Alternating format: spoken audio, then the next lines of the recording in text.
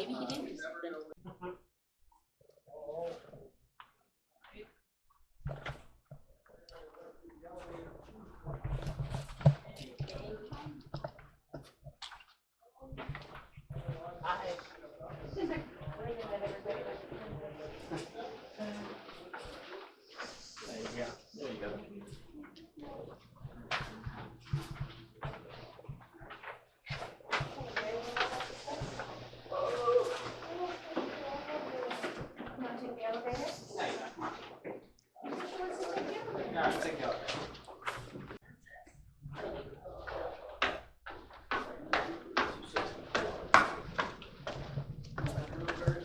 Well, it's repatch stuff, but it's old stuff.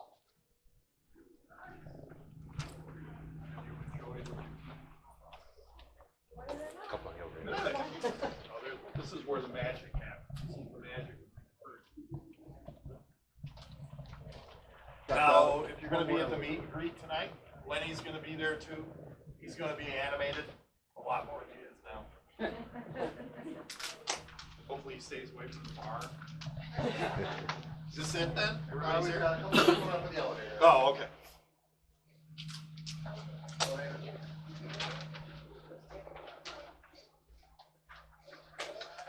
Well, while they're coming up, I'm going to run back and get something real quick.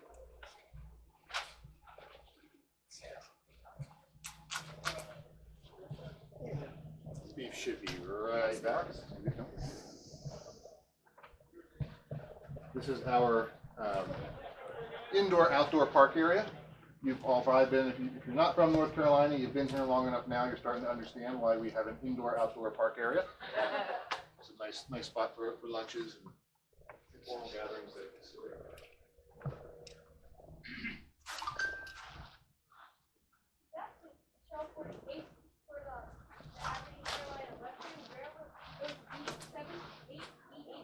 It is. You got good eyes. Okay, everybody here?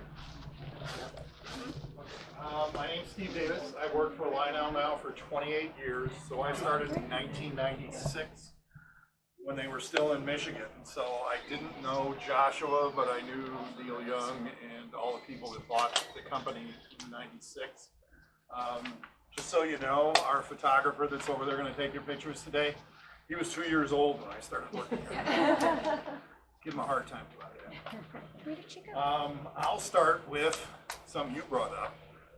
Who's going on the train ride this week? Number one, I'm jealous. This is a painted sample from China of what the colors are supposed to look like. When we first got in touch with the company, we said, you know, we want to do this. What color is it? This is actually raspberry metallic and daisy yellow, which if you know anything about the art world is usually controlled by Pantone colors. So like when I say 201 Pantone, 201C, that's that color. So China would have the same chip. They'd have a fan deck that has all those colors in it. These colors don't exist anywhere other than at the Aberdeen paint shop. They sent us 2 pieces of steel that they painted in the locomotive shop this color. So Ryan shipped those 2 pieces to China and said, you've got to make that stuff match. So this is what they sent back. And this goes to the paint shop where the locomotive is, and they said it looked good. So now everything that we get that's their color is going to match this, because China's got the paint chip, and heck, we just go downtown and look at the locomotive. Now, this is the Creative Services Department, so this is where everything visual gets done. We've got 11 artists here.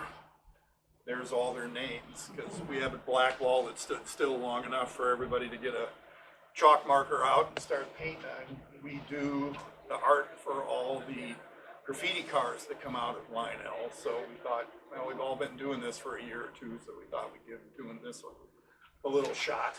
This area here also does all the box art. So we'll do boxes from like Area 51, where we don't have to worry about it being registered at all, so nobody's going to tell us, well, that's not what an alien looks like. And we also have to do boxes for like John Deere, where everything's gonna be green and yellow, whether you like it or not. And it has to be that green and that yellow. When we do, you guys were on the tour and saw the USA production stuff. This is the file that we send back to Warren. It's basically an electronic file that has these photos on it of what goes across the whole boxcar. And then that's what the boxcar looks like in virtual. When we do every year, like last 2020, we did 950 new virtual pieces of art, which is like this and this. That's what you see in the catalog. The thing is, none of this stuff exists. So what we're working with is this. Everything you see in the catalog starts off like either black, gray, red, or this color. And then we have to make it look like what you see in the catalog. Because, like I said, it doesn't exist yet. Not a real creative process for doing something like this other than we have to match Pensy green. A bucket of black with a drop of green. Anybody can, if you can see the locomotive on the top right-hand corner of the stand over there, that's the new locomotive they're gonna sell at the store, right here. So we actually get to have a little fun and do a locomotive instead of black and silver, a little silver trim with yellow, orange, or orange, tan, and blue. Now, if anybody's bought one of those, when you get it, that's what it's gonna look like. It's going to change color like this. Cool. So China actually got a hold of Ryan and said, hey, we can do this. Think you guys can use it? And we're like, oh yeah, we'll find something we can use it on. We actually, on Disney, the new Disney cars for their 100th anniversary, have kind of the same effect, only it's a silver grain metallic. So it kind of looks pearl white and it changes colors for them too. This is some of the stuff that this department does. The ads that you see, they do the Twitter and Facebook stuff that's on that. These are catalog covers on that one. Old ones that were from the 50s, the newer ones that we've done here. We've actually used to do catalogs in the laydown version, which works really good for trains because they're long. But they don't stand up very good and they look kind of dorky on a coffee table, so now we do regular magazine format stuff and it's a little shorter and not as big.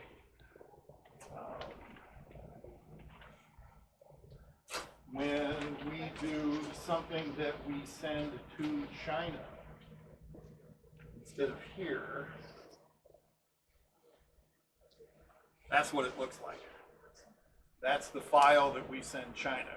Those are little squares down here are all Pantone colors.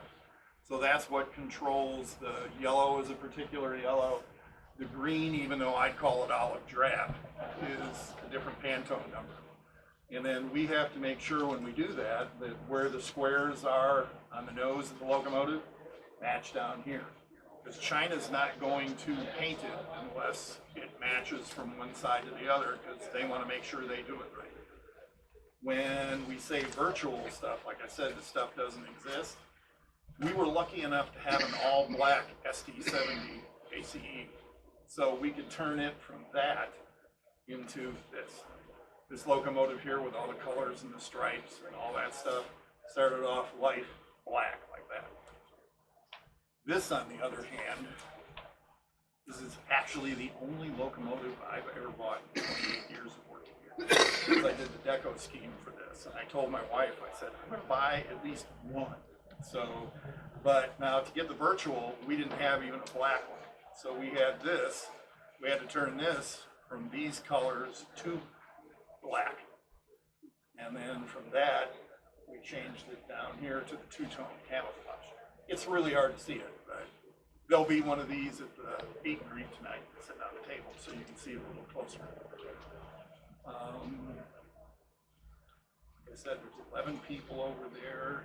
In 2022, we actually had 24,000 hours, man hours, used to create all the artwork that you see in the catalogs or in any of the e-blasts and stuff. It takes 6 months to do a catalog. That's just the layout from the time the production folks give us the layout. It's a 6-month process before we have to ship it to the printer. And as far as printers go, we're not any of the big, like,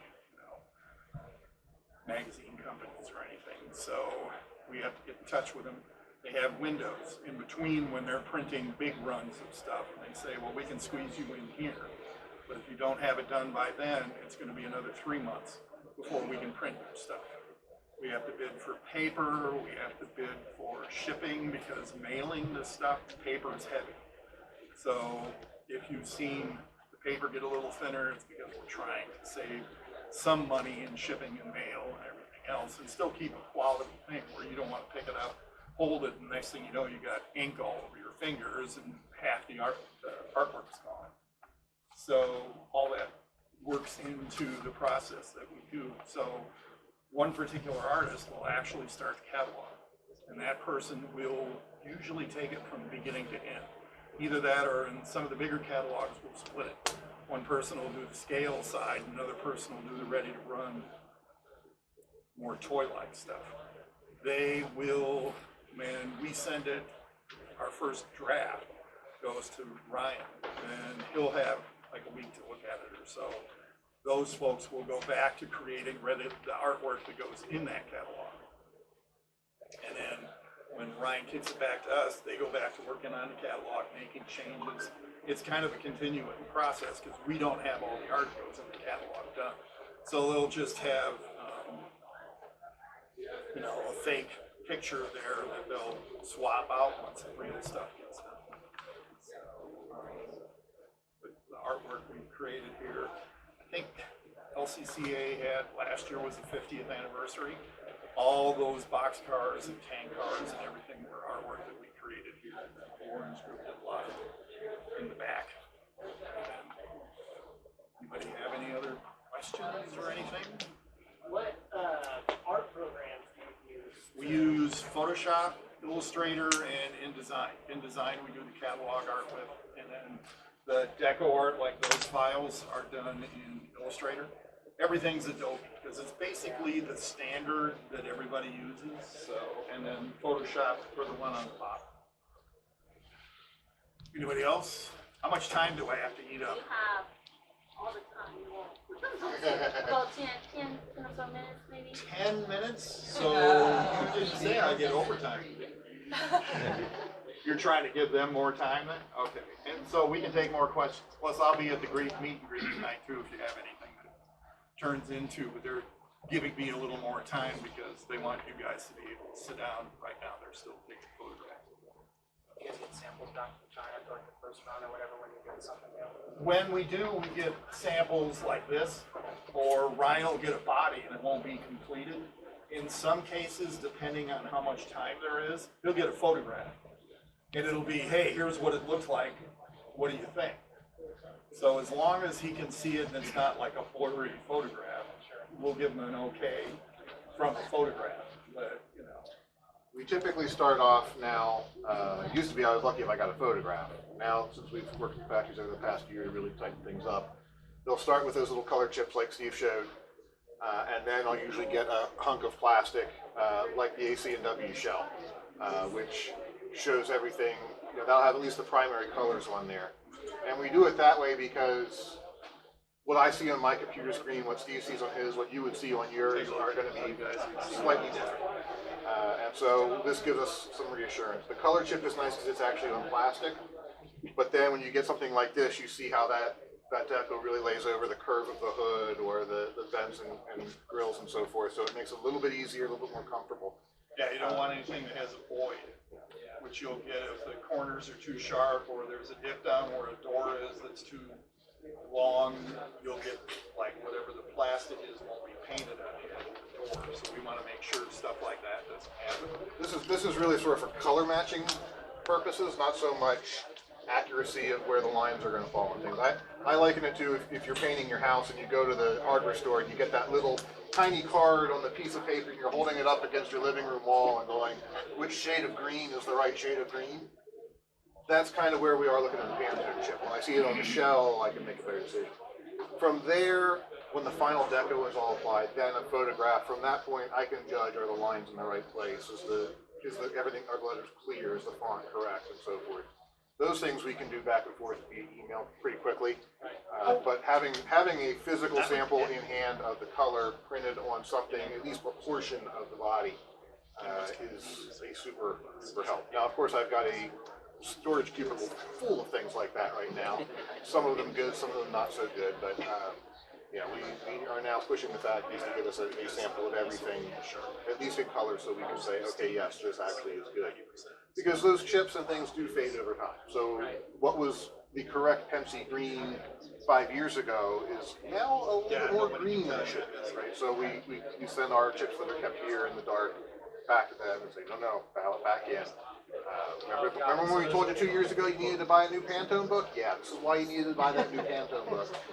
And we reset the bar. I can imagine going off the picture be a little bit like a hope and a prayer sometimes. Sometimes. I mean, sometimes you just look at it and you know. But more often than not, the picture makes it look worse than it's going to be. Usually, you know, what they'll do now is once I've given them an approved chip back, I'll get if I have to do it by photo, they'll say, here's the product and here's the approved chip sitting on the product in the picture, so you can tell, okay, it might not match what I think it should look like, but it matches what I said was okay. And that's enough for us to move forward with. Some of our production runs are quite small, so it takes as long for them to set up the line and paint the parts for one as it does for 100 or 1,000 or 10,000.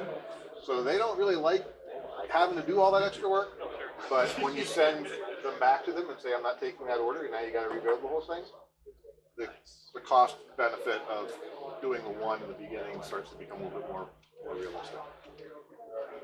Do they use automation to do the painting, or do they do any of it by hand? Most of it's done by hand. Really? Yeah. Most of the train assembly of the factories themselves is still very much done by hand. Yeah. Just as you saw pre-assembly down here, very much the same thing in our factories overseas, and that's one of the reasons that it's still there.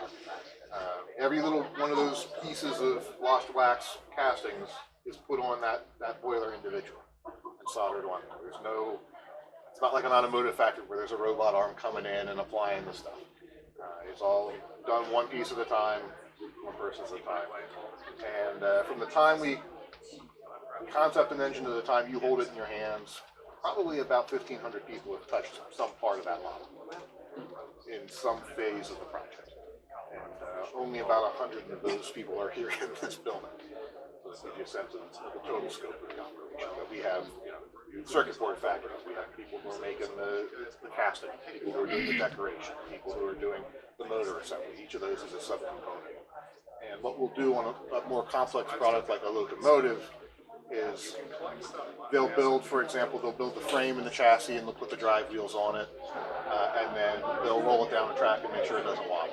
And you put the side rods and everything on it, make sure it's not wobbling. Add the motor, and they'll go through multiple sub-assemblies, make sure the whole chassis is good. Okay, now when I put the shell on it, I check it. Otherwise, you get to the end of the production run and something doesn't work, and you have to tear apart the entire locomotive to try and figure out what went wrong. So we test throughout the entire process to make sure that by the time it's finished, we're good to go. With the decoration, which is always one of the more time-consuming and tricky things actually, some of that's happening while the other parts of the factory are building those sub-assemblies. So that when we finally give them, okay, you finally got the color right, they already have the trucks, the underframes, the electronics are there, bundled and ready to go, and they can move a little bit more. So is it one company overseas? We work with about half a dozen factories overseas, and each of them have their own specialties. It's not a one-size-fits-all shop. Do you have to go over there? And We do. That's been tough over the last few years. We have a team that's over there full time. We live there and work with the factories directly. We have one person who spends about 6 months in the U.S., 6 months over there, back and forth every 2 months. And then Howard, myself, Chris, some of us will also make periodic trips over to visit factories, check in on things. We're going to head down here and get you into our next room. Yeah. Now we got to pack all this stuff up and take it over there.